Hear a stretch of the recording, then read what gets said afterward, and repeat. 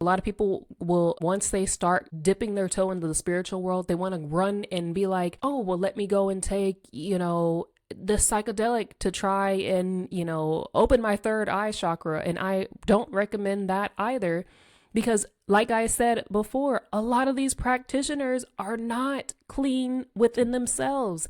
They are not clean vessels.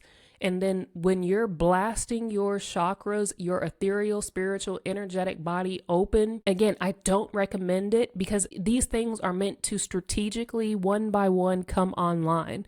Because if you don't, it can mess you up irreparably, mentally and physically and emotionally. You've got to be very careful when you're trying to force an awakening, which is essentially what it is. And y'all can be mad at me if you want, but this is that's what happens when you take substances that their sole purpose is to force you to have a spiritual experience. If you've not done any work on yourself prior to this, you're handing your most vulnerable vessel state over to somebody that you hope is a decent human being, and not one of the 90% of the other that are tainted within themselves, corrupted within themselves, and working with the Demengers to keep you stuck, to trap you, to negatively affect you, to harm your ethereal, physical, or spiritual or mental